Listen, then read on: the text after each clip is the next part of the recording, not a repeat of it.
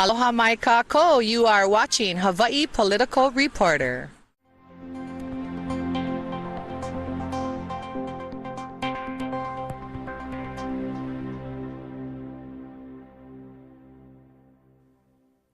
In recent weeks, the eye-opener has been examining the politics of division. In our first report, we looked at how the left-right political spectrum is used as a wedge to divide the people against themselves. In our second report, we showed how this has been accomplished in recent years to diffuse the anti-war movement. And in last week's report, we examined how the corporate welfare state is maintained by way of these phony divisions. As important as the political spectrum is in keeping the people warring with each other, it is of course by no means the only wedge issue that is used to keep the public at each other's throats. Other tools of division include race. Left the word, I'm going to say the word during this too, nigger, honky, cracker. These words can cause a visceral reaction when people hear them. You may have even flinched. Looks like he's native Texas, and being from Texas, I would have to support that. But I don't like him on the fact that he's black. And of course, there on Governor Romney's knee is his adopted grandson, who is an adopted African-American child, Kieran Romney. Any captions for this one? One of these things is not. One of these things. This guy looks like he's up to no good. He looks black. In actuality, there was a major insertion that they edited out, which was the question to ask what his nationality and race was. Religion. Many of the Rakhine Buddhists, the majority, are determined to drive out the Rohingyas, saying they don't belong. In southern Egypt, authorities reported at least 9 Christians killed since the coup. Dozens more were driven from their homes. To Bangladesh now, where recent attacks by Muslim mobs on Buddhist community continue to spark protests outside the country. Class. As long as we've got 3 wars going, America needs to add one more, a class war. Democrats think highlighting the gap between rich and poor and saying government must step in and stop the rich from getting away with stuff wins them votes. I think it probably does. And they're poor for a reason. Substance abuse is a reason, lack of intelligence, laziness, poor planning, having 3 babies before you're 20 with no father, and all of that. So there's always a reason why people are poor in America. He looks like a sweaty-toothed madman. He looks like a homeless lunatic who might shoot you. And a whole host of issues that do not intersect with the political sphere at all, but nonetheless effectively help to group people into warring camps. But the first question is, who is the quarterback of the Broncos? Peyton Manning. Very good. Second question. How many do I got to do? You got to do 3. You get 3. You get whatever drink you want. I got it, including shots. All right. Second question. Who is the head coach of the Seahawks? Pete Carroll. Very good. Third question. This one's the difficult one, but it's for the shop. What is the TPP, Trans-Pacific Partnership? It's a boat.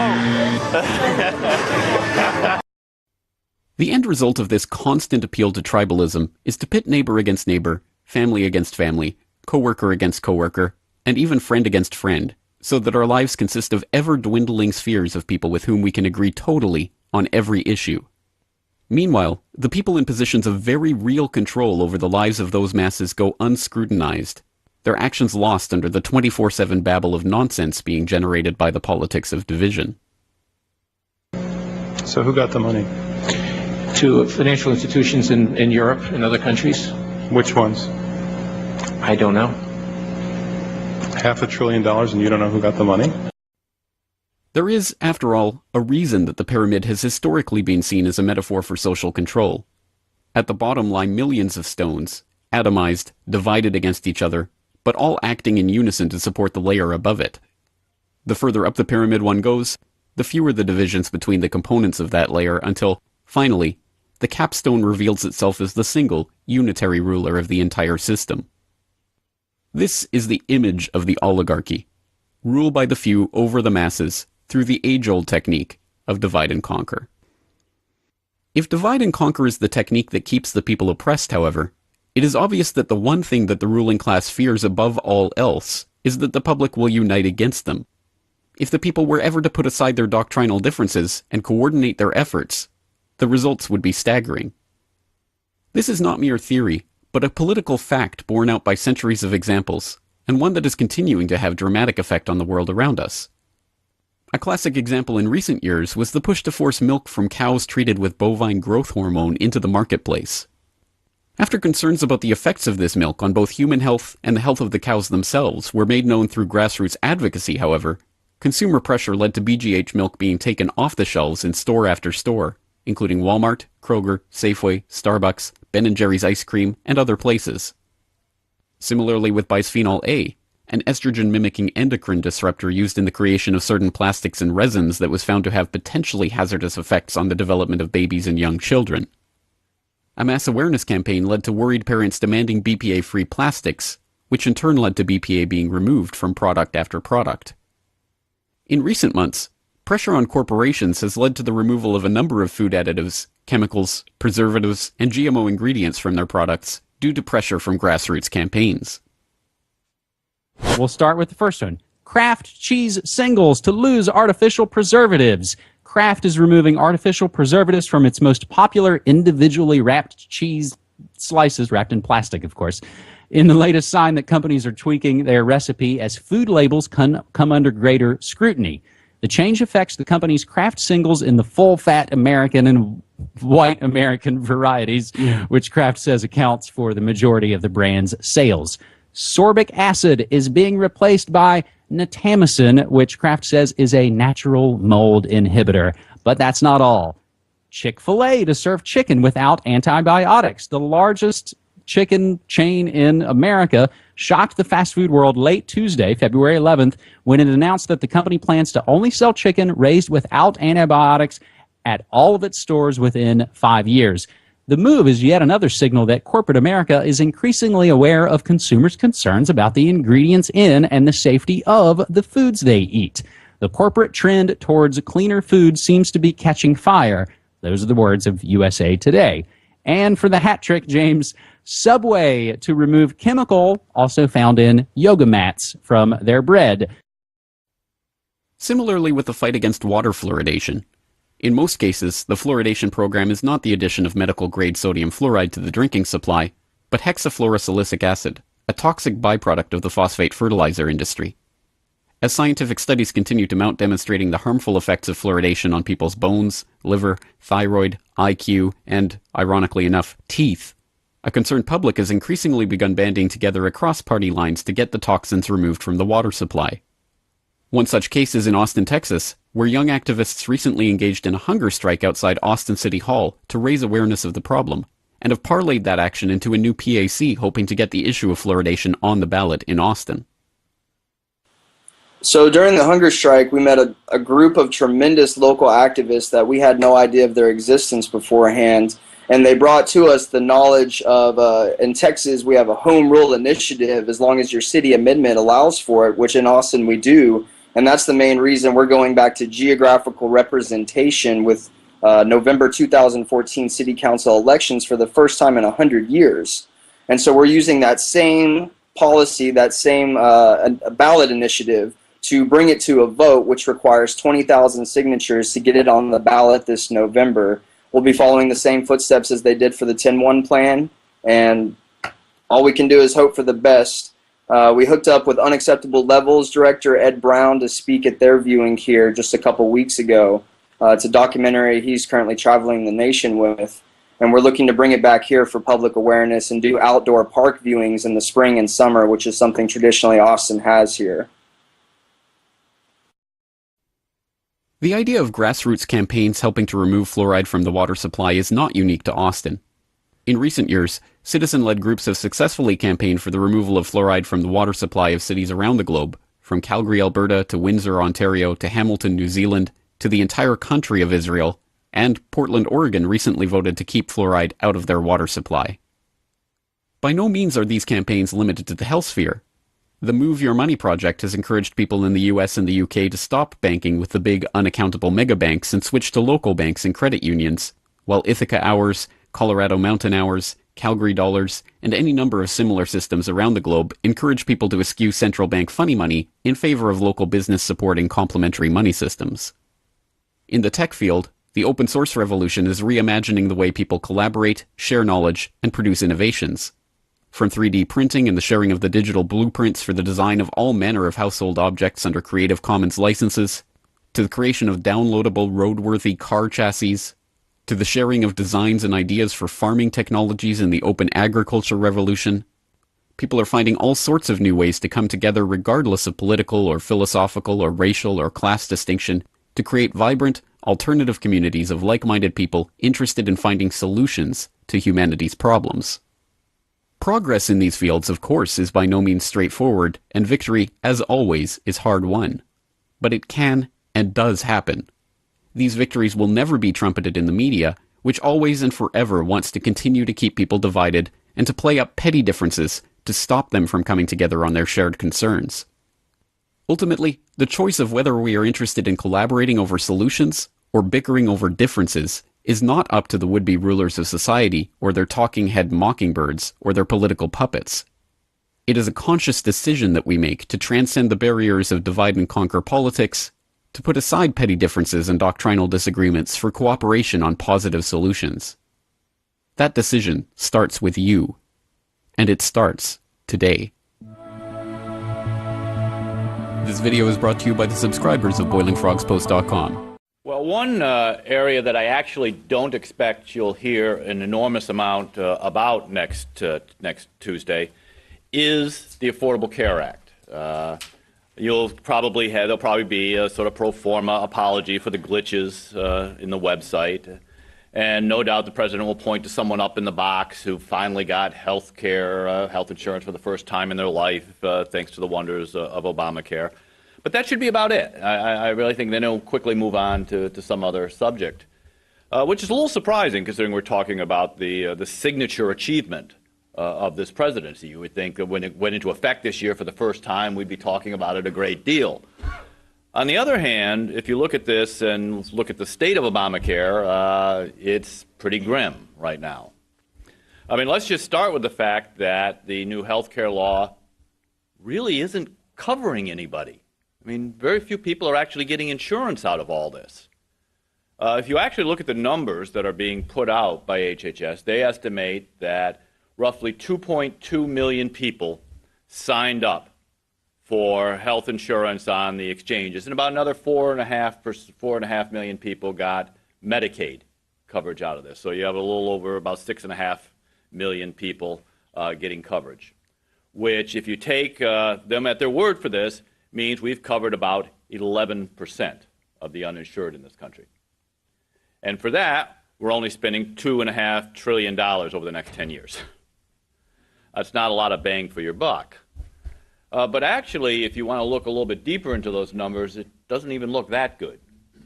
Let's start with that 2.2 million people who've enrolled in Obamacare through the exchanges. That includes everybody who selected a plan on an exchange, went on the website and clicked on a plan, regardless of whether they paid for it. You know, it's a little bit like Amazon counting as a sale everybody who puts something in their cart, regardless of whether or not they ever check out. Only actually about 70% of the people who selected a plan have actually paid for it. And paying for it is a little bit questionable right now, since the website can't actually pay the insurance companies after the people pay for it. But that's a whole different question. Let's say about 70% of people have selected the plan and paid for it. So you're down from that 2.2 million down to about 1.5 million people who have signed up on the exchanges and actually paid for it. But it turns out most of them were already insured.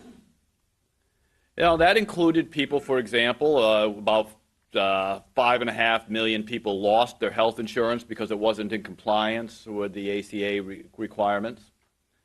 Most of those ended up getting insurance. It might have been more expensive and had benefits they didn't want, but they ended up getting insurance. But that meant they had to go down to the exchanges and enroll in insurance plans, and those all get counted. And then there was people who were working and their employer dumped them a lot of the part-time workers or spousals of workers and so on who got dumped because their employer didn't want to pay the increased insurance premiums and said, hey, you can go down and get a subsidy on the exchange now. You're off, go get them. So they lost their employer-provided insurance and they went down and signed up. They're all counted as people enrolling in Obamacare. In fact, if you look at some of the surveys that have come out, somewhere between two-thirds somewhere between two-thirds and 90% of the people who have enrolled through healthcare.gov and the various state exchanges actually were previously insured. So we're actually, at the most optimistic end, down to about 500,000 people have signed up for insurance who weren't insured before, or as few as 150,000 people may have signed up for insurance that weren't insured. But then you have to subtract from that roughly 500,000 people who, by the White House's own count, were among that 5.5 million people who lost their health insurance previously, but haven't found new health insurance yet. They were previously insured, but because of Obamacare are now uninsured. So if you subtract those 500,000 from either 500,000 signing up or 150,000 signing up, you end up with somewhere between a net zero and a loss of about 350,000 people with insurance. Now, of course, then you can offset that. You do have those Medicaid enrollments. They say about 4.6 million, 4.5 million people have enrolled in Medicaid. But it turns out that number isn't very accurate either. In fact, they don't actually know how many of those Medicaid patients were previously uninsured. It turns out those numbers include people who are re-registering, who are enrolled in Medicaid and then have to re-register for one reason because they become eligible. It includes people who had private insurance but found out they were now Medicaid eligible and then switched from the private insurance to Medicaid. And they were counted. We actually don't have any idea how many of those Medicaid people were enrolled, but maybe, let's say, maybe you're somewhere around half. So you get you get 2 or 3 million people signed up.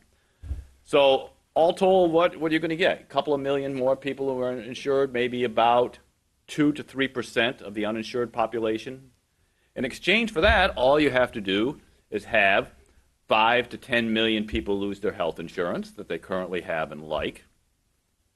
Now, that's just this year because that's largely the individual market. The president, as Ilya mentioned, just sort of arbitrarily postponed the employer mandate by a year. But next fall, the employer mandate, the people who get their employer-provided insurance, are going to fall under the same circumstances as the individual market did today. That is, they're going to find that their policies don't comply with the regulations under the Affordable Care Act, and those cancellation notices are going to go out again for many of those people. And in fact, it's estimated that as many as 78 million people could find that their employer-provided insurance is non-compliant, and they will lose their current coverage. Now, that's not to say 78 million people are going to go uninsured. The vast majority of them will simply switch to another employer-provided plan that may be more expensive, but they'll still have insurance, or else they'll go down to the exchanges and let the taxpayers subsidize them in one way or another. But 78 million people won't be able to keep their current insurance plan, even if they like it, period. In addition to that, of course, all you have to do is allow many people to not keep their current doctors. We know that when you switch plans, the new plan you have may not have a network that includes your current physician.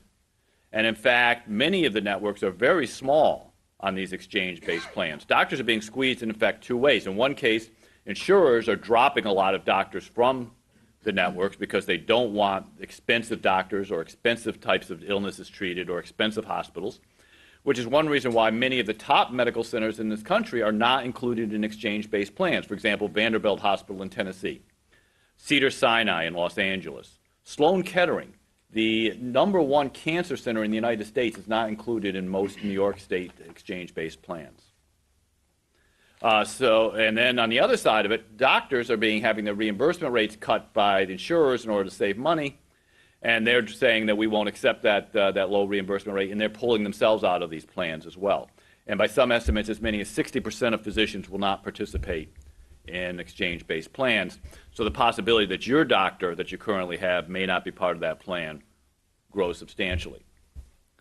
So let's see. We cover a couple million people at a cost of $2.4 trillion. We kick millions of Americans off their current insurance. We make it harder for you to keep your current doctor. And oh yes, we set up a potential adverse selection death spiral in the entire insurance industry, because not only are very few people signing up, but the ones who are signing up are tending to be older and sicker than was expected. I mean, the whole basis for the health care law is the idea that young and healthy people will overpay for insurance in order to subsidize older and sicker people. I mean, everybody admits that that's the basis for the law. That's essentially what they're trying to get done. To do that, you have to get young and healthy people to sign up, and they estimate that they need about 38% of all the people who enroll in health care plans through the health care exchanges to be under the age of 35 and in good health. Well, it turns out, according to the numbers released by HHS, that only about 24% of the people who have enrolled in plans are actually under the age of 35.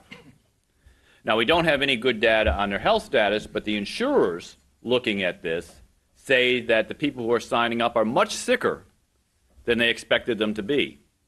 Both Humana and now, just the other day, Aetna, have now indicated that the people enrolling in their plans are far sicker than they assumed that they would be when they did their actuarial estimates on what premiums would be, and they don't know that that can be sustained. If that's the case, then they're going to face a problem that what actually is called the adverse selection death spiral, which means if your insurance pool is made up primarily of sick people, premiums has to rise.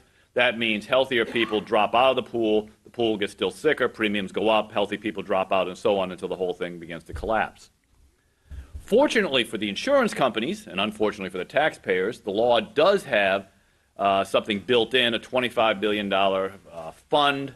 It's 25 or 45? I think it's a $45 billion fund that's built into the law through these risk corridors, which in essence will subsidize losses that the insurance companies suffer as a result of adverse selection for the first couple of years in order to try to hold down premiums. So essentially, taxpayers end up on the hook, not the insurance companies. The insurance companies signed up for a bad deal, but don't worry about them. We're all going to pay that bill. If all of this doesn't sound like a very good deal to you, you got a pretty good reason for feeling that way. You know, I mean, this has got to be, you know, the most incompetent law that I have ever seen put together on Capitol Hill. And let's face it, you guys have done a lot of pretty bad laws up here. But in terms of something that's just dysfunctional, I've never seen anything quite like that.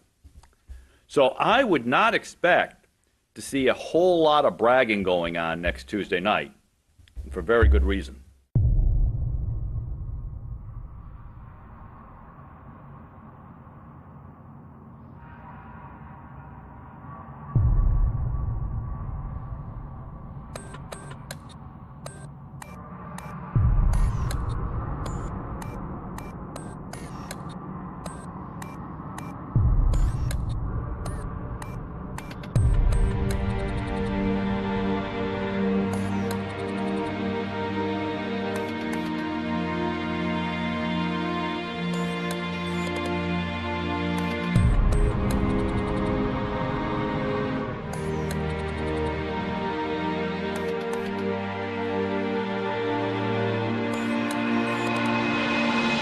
Free and equal elections is about bringing together everyone across the spectrum.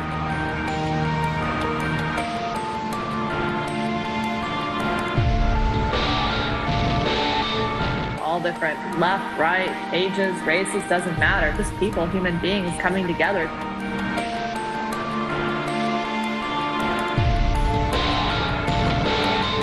To unite against the two-party stranglehold of the system. The system, the parties, has gotten us where we are today. The system, the parties, has gotten us where we are today.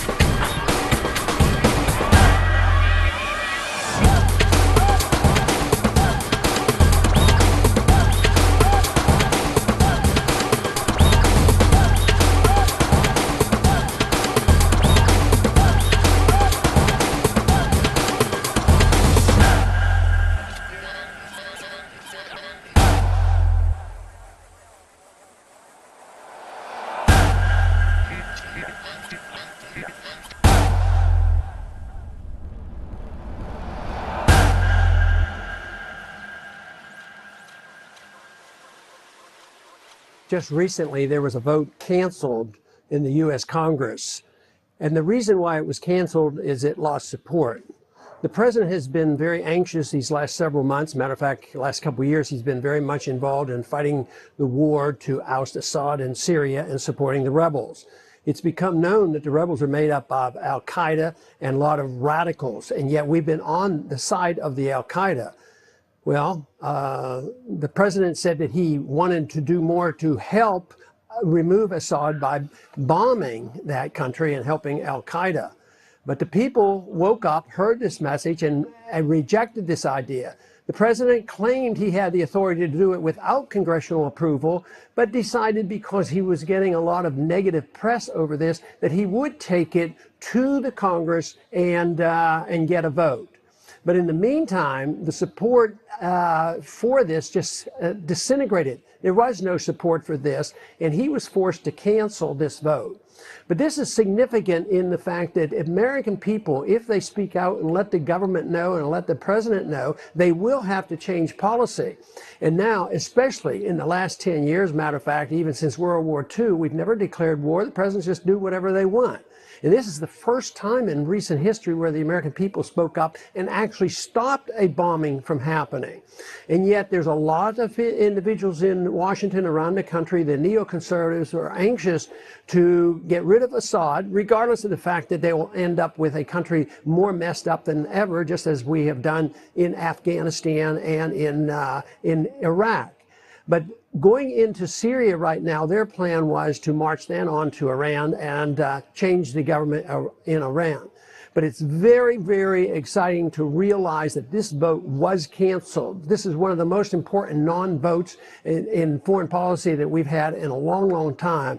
And it's a result of the public opinion going against the president and reining in the president, because the president does not have authority to do this. Matter of fact, in the last several years, the presidents have assumed that they can get authority elsewhere. They don't need congressional authority. They can get it from the United Nations or from NATO, which is absolutely wrong, and one of the reasons why we get involved in these wars.